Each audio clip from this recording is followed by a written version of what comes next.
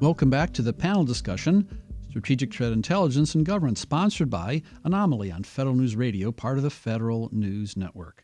My guest today is Trish Cagliostro, Vice President, Federal Solution Architects, Anomaly. I'm your moderator, John Gilroy. You know, we mentioned earlier about collaboration. That's a nice, fine little term, and collaboration is easy to say but hard to implement. Tell me about barriers to collaboration around cyber threat intelligence.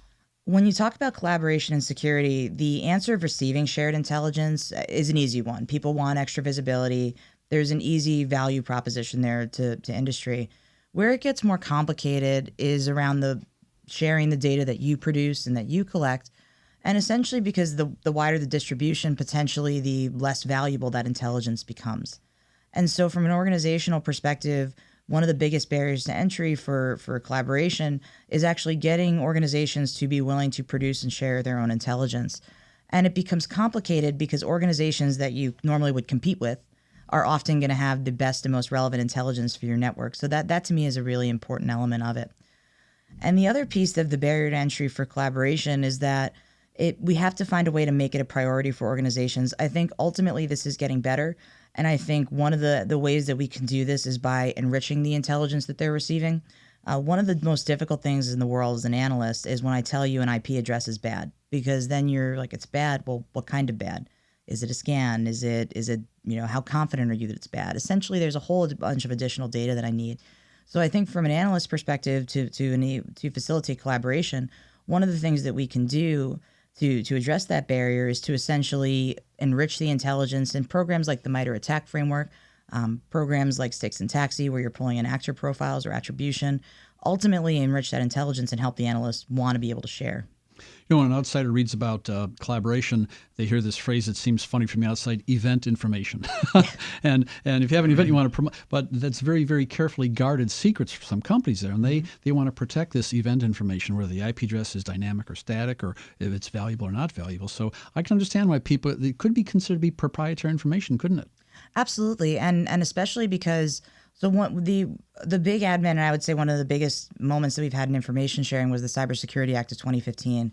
And so in addition to the proprietary aspect of sharing that data, because that's been one of the biggest traditional hurdles, the other aspect is the liability piece, where let's say by sharing that data, you're essentially exposing what might have caused that particular breach or what might have caused that incident. And one of the biggest pushbacks on information sharing initially was the liability aspect, where in order to incentivize it, what the federal government did was say, we're going to address that liability concern. We're going to incentivize you by saying, yes, you are now no longer, essentially if you share data, you're reducing your liability. And I think that's one of the aspects of it too. It's not just the proprietary data, and that piece of it too. When you think about proprietary data, is you invest all these resources in developing the intelligence. Are you going to freely give it away to another organization now? So similar to what we were talking about before, and to kind of tie it all together, is that if we're going to encourage people to share their best intelligence, and we want them to share their best intelligence, they have to be able to see the value that comes back for that. Now, in the real world, I imagine there's two sides to this. You know, there's a blessing and a curse to sharing information. And so maybe you can expand on that for some of our listeners. Sure. So in the blessing side, I would argue we have some of the best visibility that we've ever had within the security industry.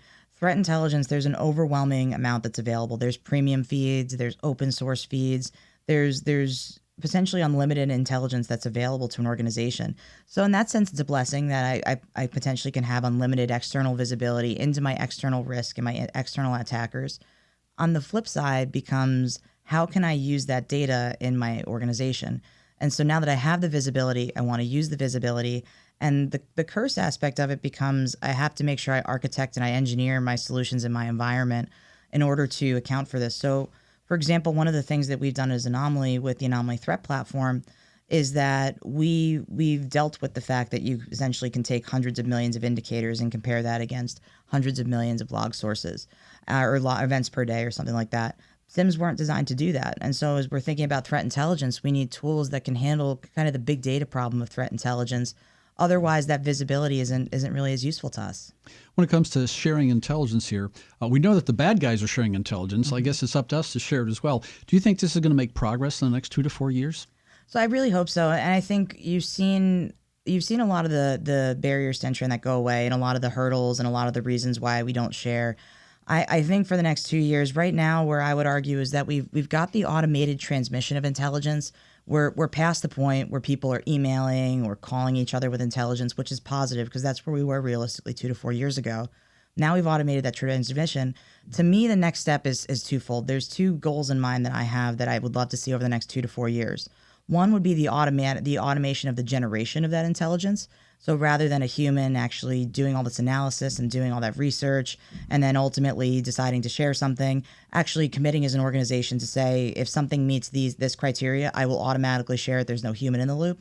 And then the other piece that I would say is also really important is getting us away from just sharing machine readable intelligence. I would argue today that probably 95% of the intelligence that's shared is ultimately going to be machine readable intelligence. And as we see programs like the MITRE ATT&CK framework, as we see the ability to get to higher level, more strategic level intelligence, I would love to see us really mature our capabilities around expanding on sharing of that strategic level intelligence. Do you think concepts like artificial intelligence can be applied to this understanding, these vast attacks? Absolutely. And when you get into artificial intelligence and machine learning, that's really the only achievable way to automate the collection and sharing of the intelligence. There's just no way to do it otherwise. There's too much data. It takes too much time to produce it. And so capabilities like automation and like AI and machine learning need to come into play. And even when you're consuming that data, those pieces have huge aspects and huge importance where if I receive an indicator and if I have to, what an analyst does is they have to go and manually vet it, manually understand it. And essentially what a product like ours can do is to take that indicator and automate that analysis process. So that's what you're seeing the industry heading is essentially adopting more capabilities like AI, like big data. I'd like to thank today's guest, Trish Cagliostro, Vice President, Federal Solution Architects, Anomaly. I'm your moderator, John Gilroy, and you're listening to Federal News Radio, part of the Federal News Network. For more on this discussion, visit federalnewsnetwork.com and search Strategic Threat Intelligence.